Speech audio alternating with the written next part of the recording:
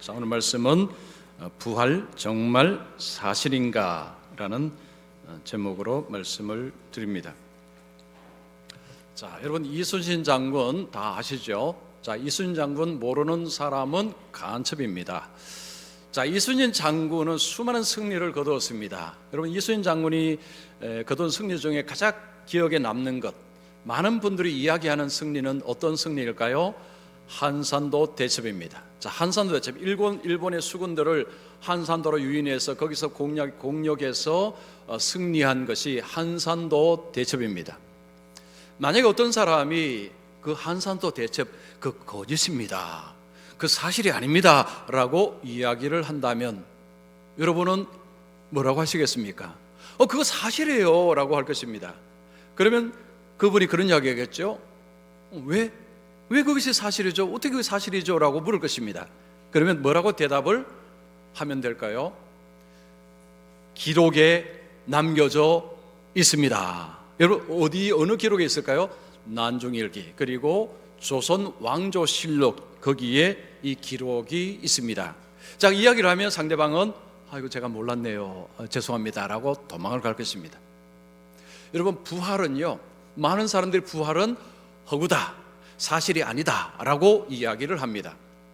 만약에 어떤 사람이 그런 이야기하면 예수 믿는 우리들은 뭐라고 이야기를 해야 될까요? 아니에요, 사실입니다. 부활은 기록에 남겨져 있습니다 라고 할 수 있습니다. 여러분 어디에 남겨져 있습니까? 성경입니다. 여러분 성경에는 부활을 분명히 이야기합니다. 자, 그러면 또 이런 이야기합니다. 성경 어떻게 믿습니까? 성경 그거 허구예요 라고 이야기를 할 것입니다. 그때 우리가 아닙니다, 성경은 사실에 기반을 둔 책입니다 라고 말을 해야 합니다. 자, 그러면 이렇게 말할 수 있는 근거를 어디서 찾을 수 있을까요?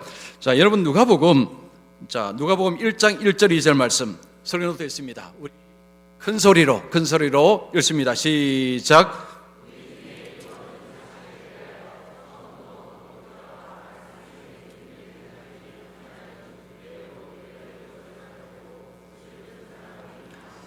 자, 이 말씀은요, 성경이 특별히 복음서가 어떻게 기록됐는가를 이야기해 주는 것입니다. 사실에 대하여, 그리고 이것을 본 목격자들의 한 증언에 의해서 작성된 책이다, 이런 이야기입니다. 성경은 어떤 사람들이 그냥 골방에서 상상의 나래를 펴면서 쓴 책이 아니라 사실을 기록한 글이다 라고 이야기합니다. 성경은 사실의 기반을 둔 것입니다. 우리는 성경의 내용을 다 눈으로 보지 않았습니다. 다가 아니고 본 것이 없죠. 그럼에도 불구하고 성경의 내용을 믿는 것은 성경이 진리다라는 것을 믿기 때문입니다. 성경이 진리다라고 말할 수 있는 것은 성경이 사실에 기반해서 기록된 책이기 때문입니다. 부활은 성경에 확실하게 기록이 되어 있습니다. 그래서 성경은 허구가 아니라 사실로 우리는 믿습니다.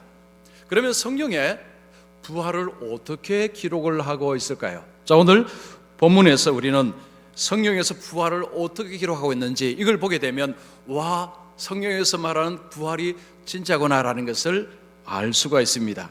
자, 오늘 말씀 두 가지로 말씀드리면, 첫 번째, 부활은 성경의 기록을 통해 사실로 확인된다. 자, 부활은요, 성경의 기록을 통해서 사실로 확인이 됩니다. 예수님께서 죽으시고 3일이 지났습니다. 3일째 새벽에 어떤 여인들이 무덤으로 가고 있었습니다. 자, 이 여인들이 누구냐 하면, 여러분 10절 보시면 이 여자들은 막달라 마리아와 요한나와 야고보의 모친 마리아라. 자, 이 여인들은 어떤 여인들인가 하면 예수님을 참 사랑한 여인들이었습니다. 예수님을 물심양면으로 도운 헌신한 여인들이었습니다. 이 여인들이 무덤으로 가고 있었습니다. 그런데 그들의 손에 뭔가가 들려져 있습니다. 그게 뭘까요? 향품입니다. 이 향품은 죽은 시신에게 바르는 것입니다. 방부제 역할을 한다고 합니다. 그리고 썩는 냄새를 방지하면서 향기로운 냄새를 내는 것이 향품이라고 합니다. 이 여인들이 지금 무덤에 가는 이유는 그 향품을 예수의 시신에 바르기 위해서입니다. 예수님께 대한 예우, 마지막 예우를 하는 것입니다. 존중과 사랑을 담아서 가고 있는 것입니다. 자, 여기서 우리는 이 여인들이 예수님의 부활을 기대하고 있었느냐, 있지 않았는가를 알 수 있습니다. 자, 이것을 보면 이 여인들이 예수님의 말씀을 따르고 예수님을 따라갔지만 예수님의 부활을 믿고 있습니까? 아닙니까? 아닙니다. 그 증거는 향품을 가지고 갔기 때문입니다. 자, 이것은 죽은 사람, 시신에 바르는 것입니다. 이 여인들은 예수님의 부활을 기대하고 간 것이 아니라 죽은 예수님의 몸에 바르기 위해서 향품을 가지고 간 것입니다. 그 당시에 예수님의 제자들, 좁게는 11제자, 한 명은 이제 자살해서 죽었죠. 그리고 나머지 예수님을 따르는 좀 광의 의미에서 예수님을 따르는 제자들이 있었습니다. 자, 이런 제자들은 예수님의 부활을 믿지 않고 있음을 알 수 있습니다. 만약에 그들이 예수님의 부활을 기대했으면 어떻게 했을까요? 3일째 되는 날 예수님의 무덤 앞에 집결을 했을 것입니다. 자, 우리 예수님이 부활하니까 무덤 앞으로 가자. 이제 곧 예수님이 부활할 것이다 하고 무덤 앞에 다 모였을 것입니다. 근데 지금 무덤 앞에 모인 사람은 한 명도 없습니다. 예수님의 부활을 누구도 기대하지 않았습니다. 이 여인들도 향품을 가지고 마지막 예수님께 그들의 마음을 이 죽은 시신에게 이제 예수님께 대한 그런 예우를 할 뿐이지 예수님의 살아계심을 기대하고 간 것은 아니었다는 것입니다. 자, 여인들이 무덤에 가니까 놀라운 광경이 펼쳐집니다. 여러분 2절 보시면 돌이 무덤에서 굴려 옮겨진 것을 보고, 그 당시에 그 무덤은 동굴 형식입니다. 동굴 같은 데에 시신을 이렇게 놓고 그리고 돌을 가지고 막습니다. 이 봉인한다는 표현을 씁니다. 돌로 막아 놓습니다. 예수님도 장례를 치른 후에 돌로 막아 놓았습니다. 이 돌은 여인들이 굴러 움직일 수가 없습니다. 여인들이 지금 그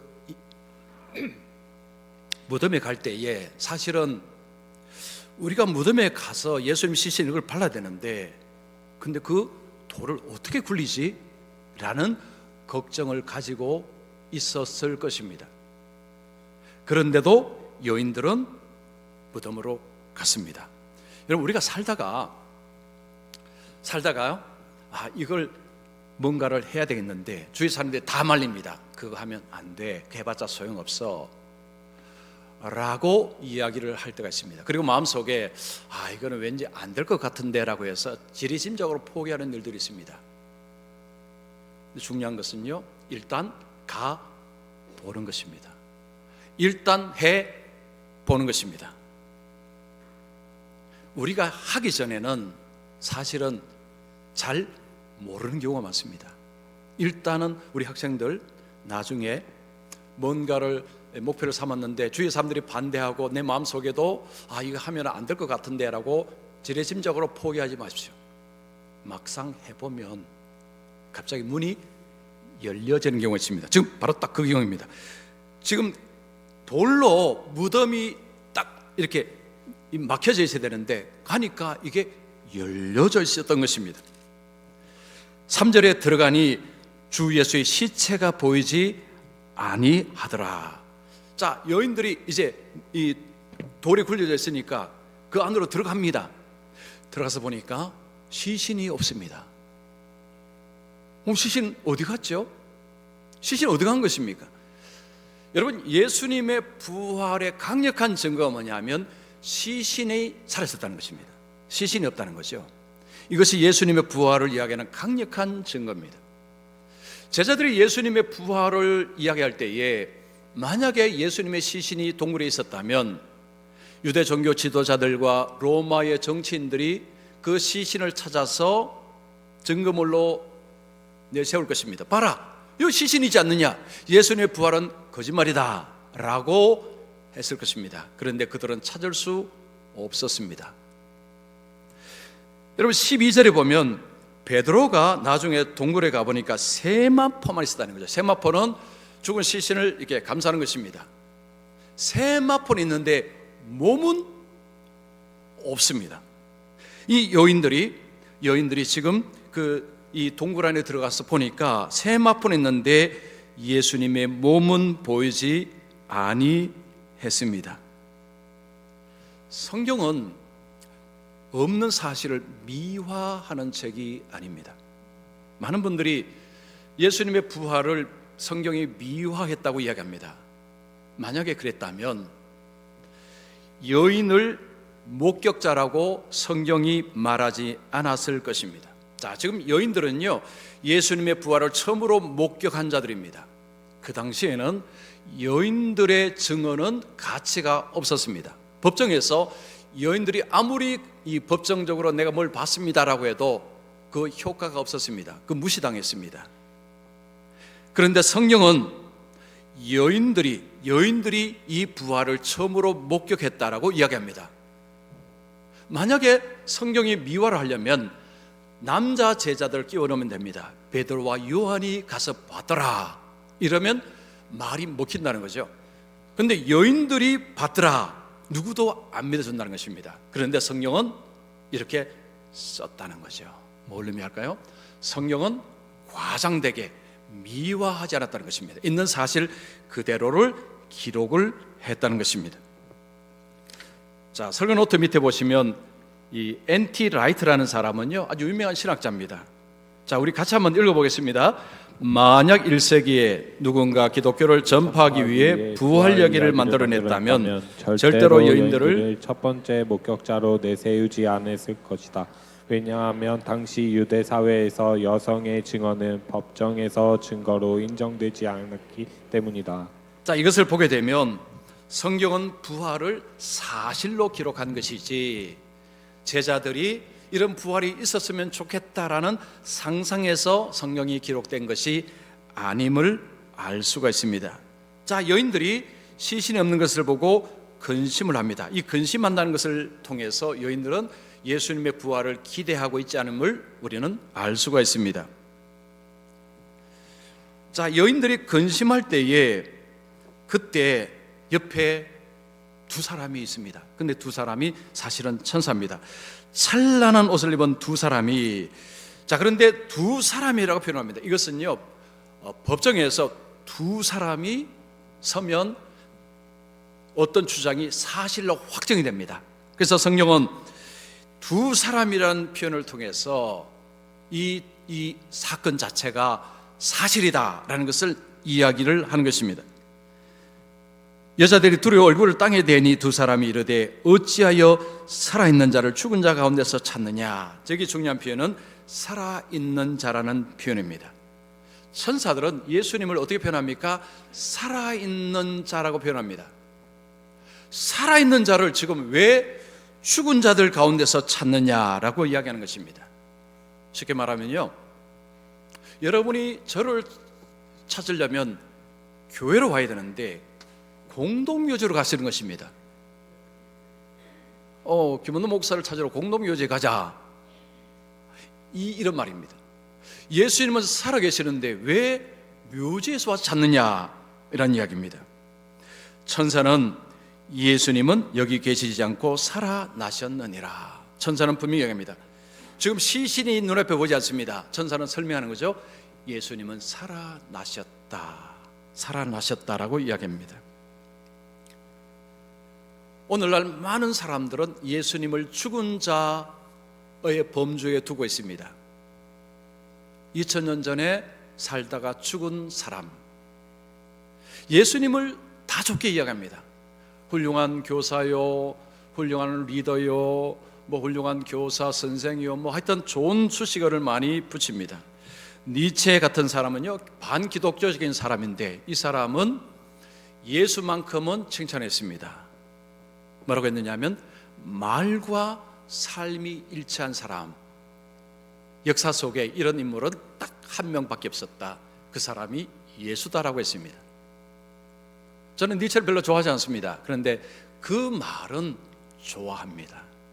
세상에 많은 사람들이 있는데 말과 행동이 일치된 사람은 오직 예수밖에 없었다고 이야기합니다. 그런데 이 니체가 예수님을 믿지는 않았습니다. 그냥 죽은 자의 범주에 두었습니다. 많은 사람들은 예수님 하지만 죽은 자의 범주에 가둬두고 있습니다. 그냥 2000년 전에 왔다가 좋은 일 하다가 그냥 죽은 사람으로 그렇게 치부를 합니다. 지금 천사들이 뭐라고 이야기합니까? 살아있는 자를 왜 죽은 자 가운데서 찾느냐, 왜 죽은 자에 가두느냐 라는 이야기입니다. 예수님은 지금도 살아 계십니다. 예수님은 하나님 우편에 계십니다. 예수님은 세상을 통치하십니다. 우리들은 예수 믿는 사람은 예수님은 지금도 살아계신 분으로 믿습니다. 성경은 예수님이 부활하셨다는 것을 분명하게 이야기합니다. 그래서 예수님의 부활은 성경을 통해서, 성경의 기록을 통해서 확인할 수 있습니다. 자, 두 번째입니다. 부활은 성경의 기록을 통해 사실로 믿어지게 됩니다. 자, 천사들이 이 여인들에게 여기 계시지 않고 살아나셨느니라 라고 말하고 그 다음에 이렇게 말합니다. 6절 계속 보시면 갈릴리에 계실 때 너희에게 어떻게 말씀하셨는지를 기억하라. 여기 중요한 표현이 기억하라는 표현입니다. 자, 지금 이 여인들은 시신이 없는 가운데서 그냥 놀래고만 있습니다. 이 시신이 어디 갔지? 누가 훔쳐갔지? 라고 생각하는 것입니다. 그때 천사들이 말합니다. 예수님께서 이전에 하셨던 말씀을 기억해 바라는 것입니다. 자, 이제는 무슨 말씀하셨습니까? 7절에 보시면 이르시기를 인자가 죄인의 손에 넘겨져 십자가에 못 박히고 제3일에 다시 살아나야 하리라 하셨느니라. 예수님께서 이전에 제자들에게 이 말씀하셨습니다. 예수님 십자가 지기 전에 이미 예수님은 내가 십자가에 죽고 그리고 다시 살아날 것이다, 3일 만에 제3일에 살아날 것임을 말씀하셨다. 너희들은 왜 이것을 기억하지 못하느냐라는 이야기입니다. 이것을 기억하면 시신이 없는 것을 어떻게 해석을 하게 됩니까? 부활하셨구나, 예수님이 그렇게 말씀하셨으니 부활하셨구나 라고 해야 한다는 것입니다. 그런데 그들은 지금 시신이 없는 것을 보고 그 말씀을 기억하지 못하고 있다는 것입니다. 여러분, 믿음은 말씀을 통해서 우리에게 주어집니다. 믿음은 말씀을 통해서 우리에게 옵니다. 우리가 예수님을 믿는다, 하나님을 믿는다 할 때 뭘 믿는 거 아니? 말씀을 믿는 것입니다. 말씀을 믿는다는 것이 무슨 의미죠? 말씀이 참이다, 말씀이 진리다, 말씀이 옳다라는 것을 믿는 것입니다. 2000년 전에도 옳습니다. 2000년 후에도 옳습니다. 앞으로 2000년 후에도 옳다는 것을 믿는 것입니다. 성경은 우리에게 진실을 이야기합니다. 우리는 성경의 인물을 본 적이 없습니다. 아브라함을 본 적도 없습니다. 요셉을 본 적도 없습니다. 아브라함의 행동을 본 적도 없습니다. 그러나 우리는 아브라함이 사실 인물이고 성경에 기록된 대로 그렇게 했다는 것을 믿습니다. 왜냐하면 성경이 사실을 말하기 때문입니다. 천사는 주님이 하신 말씀을 왜 기억하지 못하느냐? 그 말씀을 기억하겠다면 지금 빈 무덤을 보고 예수님이 부활하셨음을 알았을 텐데 라는 것입니다. 여러분, 우리가 말씀을 도외시하고 예수님의 부활과 예수님의 재림과 이런 것들을 믿을 수 있느냐? 믿을 수 없습니다. 에이, 그런 거 없습니다. 지금 세상이 어떤 세상인데 뭐 그 부활, 뭐 재림 이야기 하십니까? 라고 하게 되는 것입니다. 예수님께서 부활하셨다는 것은 허구로 꾸며낸 사건이라면 지금 우리에게는 별 의미가 없습니다. 자, 그러나 성경은 예수님이 부활을 왜 해야 되는지를 친절하게 설명합니다. 그래서 예수님이 왜 부활해야 되는가 설명을 듣고 나면 와, 진짜 부활을 했구나라고 믿어지게 됩니다. 자, 로마서 4장 25절 말씀 우리 큰 소리 읽습니다. 시작. 예수는 우리의 범죄함을 위하여 내 줌이 되고 또한 우리를 의롭다 하시기 위하여 살아나셨느니라. 바울은 말합니다. 예수님께서 우리의 범죄함을 통해 예수님을 내어주셨지만 우리의 의롭다 하기 위해서 살아나셨다. 이건 예수님의 부활을 해석한 것입니다. 예수님이 십자가에 죽으시고 부활하지 않았다면 예수님께서 하신 모든 말씀은 거짓말로 치부될 수밖에 없습니다. 예수님께서 내가 죽고 3일 만에 부활한다고 말씀하셨죠. 근데 그 말씀대로 되었다라는 것은 의미합니다. 예수님이 십자가에서 죽으신 그 사건이 예수님께서 내가 너희들의 죄를 위해서 죽는다라는 그 말씀이 옳다, 맞다, 진실이다 이것을 알려주는 것입니다. 즉 부활은 도장을 꽝 찍는 것입니다. 예수님의 말씀 모두가 옳다라는 것입니다. 성경은 우리에게 믿음을 줍니다. 예수님이 어떻게 부활하셨는가를 설명할 뿐만 아니고 예수님이 왜 부활해야 되는가도 설명합니다. 이 두 가지를 다 듣게 되면 우리 마음속에 믿음이 생기는데 정확하게 말하면 믿어지는 것입니다. 여러분, 믿음은 내가 믿는 게 아니고요, 믿어집니다. 잘 안 믿어졌는데 어느 순간부터 믿어집니다. 이게 믿음의 속성입니다. 말씀을 통해서 하나님 우리에게 믿어지게 하십니다. 내 뜨거운 이 심장이 이게 열리는 것입니다. 이 참 놀라운 거죠. 그동안은 안 믿어졌습니다. 나는 못 믿을 수 없어라고 했습니다. 그런데 말씀을 자꾸 접하면서 말씀을 배우게 되면서 그 두꺼운 가슴이 쫙 열리는 것입니다. 믿어지는 것입니다. 여러분, 부활을 믿는다는 것이 왜 그렇게 중요할까요? 부활을 믿는 것 안 믿는 것 무슨 차이가 있을까요? 하늘과 땅 차이입니다. 부활을 믿는다는 것은 예수님이 부활을 하셨으니 나도 부활한다, 이걸 믿는 것입니다. 세상은 죽으면 다 끝난다라고 이야기합니다. 우리는 그렇게 말하지 않습니다. 죽은 뒤에 부활한다. 예수님이 증거라는 것입니다. 예수님이 이렇게 말씀하셨죠. 나를 믿는 자는 죽어도 뭐라고 하셨습니까? 죽어도 살겠고 라고 하셨습니다. 나를 믿는 자는 죽어도 살겠고, 이렇게 말씀하신 분이 죽은 뒤에 살아나셨습니다. 그러면 이 말씀을 믿을 수 있는 것입니다. 그래서 우리의 믿음은 허구를 바탕으로 한 괜한 이야기, 그건 믿는 것이 아닙니다. 사실에 기반을 둔 진리를 믿습니다. 예수님을 믿는다라고 말할 때 여러 가지를 말할 수 있지만요, 예수님을 믿음을 통해서 나도 예수님처럼 부활을 한다는 것을 믿는 것입니다. 여러분, 이 믿음으로 살아가는 삶은 내 죽음 뒤에 무슨 일이 일어나는지를 알기 때문에 삶의 방향과 목적이 완전히 다릅니다. 이제는 주를 위해서 살아갑니다. 주 없이는 살 수가 없습니다. 왜냐하면 모든 것이 주로 인해서 왔기 때문입니다. 내 생명도 구원도 부활도 전부 예수님을 통해서 오기 때문에 이제는 내가 주님의 영광을 위해서, 주님을 위해서 살겠다라는 결단이 나오는 것입니다. 여러분, 이런 결단으로 사는 삶이 정말 아름답습니다. 정말 멋집니다. 여러분, 정말 예수를 잘 믿고 살아가는 삶은요, 보는 것 자체가 너무 멋집니다. 저는 우리 학생들, 우리 모든 분들이 이 멋진 삶을 살아가시기를 축원합니다. 어리버리 이렇게 사는 삶이 아니고요, 방향이 딱 정해져, 나는 이렇게 살리라 하고 주를 위해서 걸어가며 누가 봐도 와, 정말 멋지다, 저렇게 살아야 되는데, 예수를 믿고 살아가는 삶은 멋짐이 있습니다. 그래서 우리 학생들의 이런 도전을 줍니다.